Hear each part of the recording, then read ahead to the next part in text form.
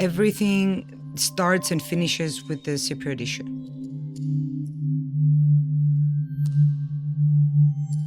You have a country that is barely 62 years old, out of which the 48 has this issue.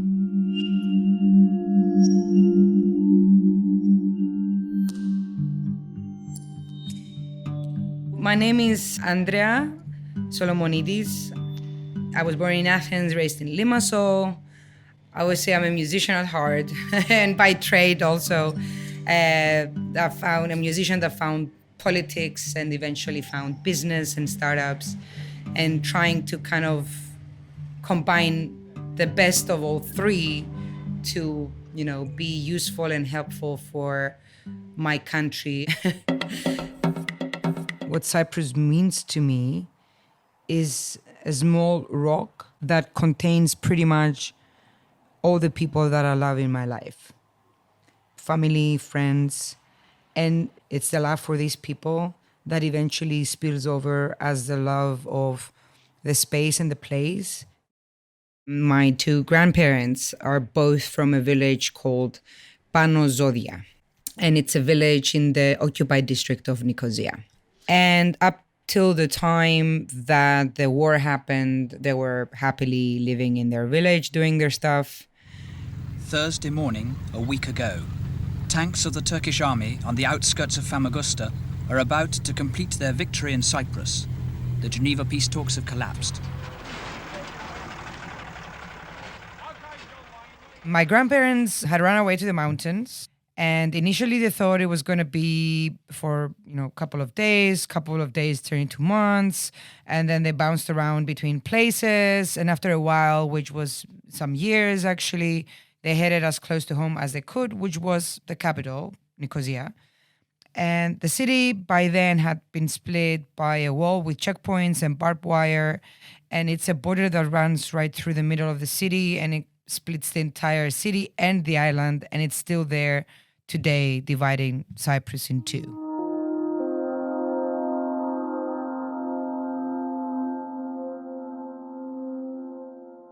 They never went back home. They never did. The war changed a whole generation. Such a small place, and you had 200,000 people displaced and 37% of your territory taken. You also had your economy destroyed. The Greek Cypriot town of Famagusta used to be one of the most popular resorts in the Mediterranean. Now it's a ghost town. When the Turkish army attacked from the north, everybody left the place. Nothing has been touched. It's a total ghost town. The only thing I have in mind is that I had a father that, by the time he was 18, he lost everything. And then it's us, our generation that's supposed to be the first generation that wouldn't experience a war. Most of the time we feel that we carry the trauma, and at the same time we don't deserve whatever good stuff we're reaping from the hard work of our parents.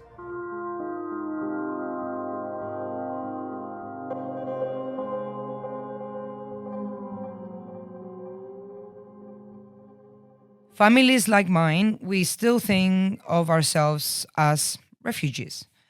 So if my father was from Zodia in Nicosia district, I vote for Nicosia district because I come from that village, even though I never lived in that village.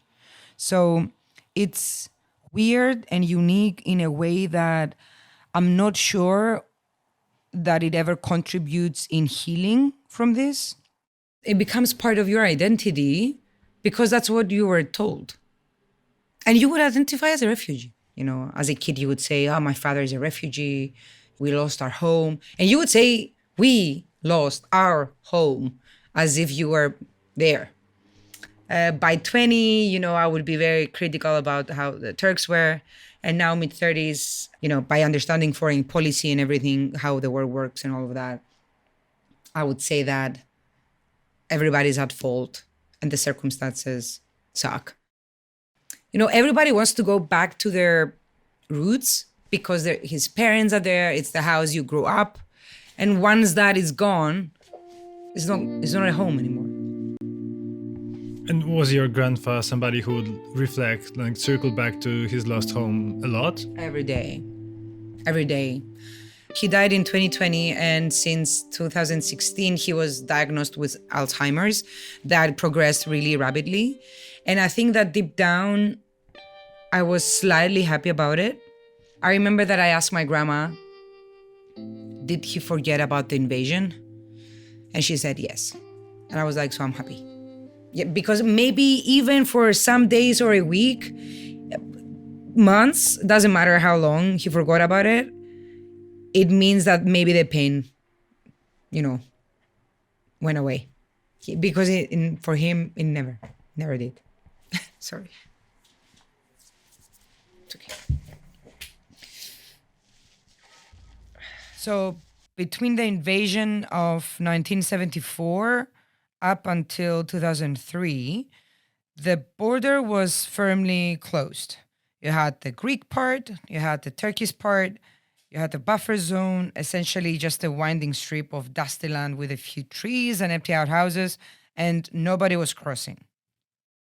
2003, in April, Denktash opened the border and expected people to, kill each other. I don't know what he expected.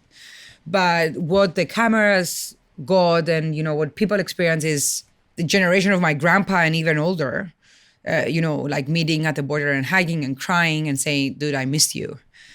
So a lot of people visited. My grandparents wanted to visit.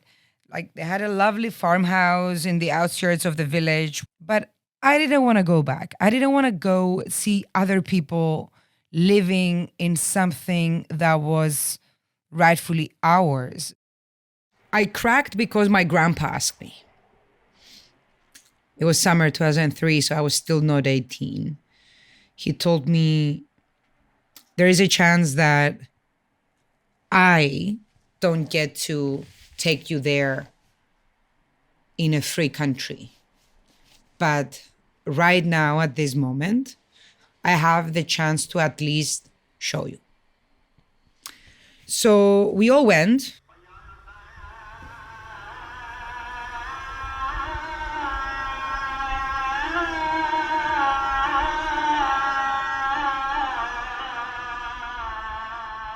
And we drove there. We went to their place. I remember the fear that we felt that, somebody maybe would attack us or that nobody would understand us. So, we wouldn't be able to get something to eat. So we traveled with, sandwiches and waters in our cars. And we left, and everybody was kind of relieved that we left. And I swear that I would never go again. I said, okay, Grandpa, you made your point. I thank you very much, but I'm going to stand my ground. I had grown up with this story of war, and to me, the Turkish Cypriot side of the island, the occupied side of the island, was the invader. I just didn't want anything to do with them. But later, I had the chance to change my mind. When I was 18, I visited my best friend. She was studying in the UK at Warwick University.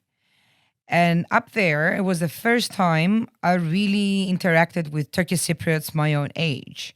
And the first time she told me, I'm going to visit my classmate, my university classmate in Kairinha or, in northern Nicosia, I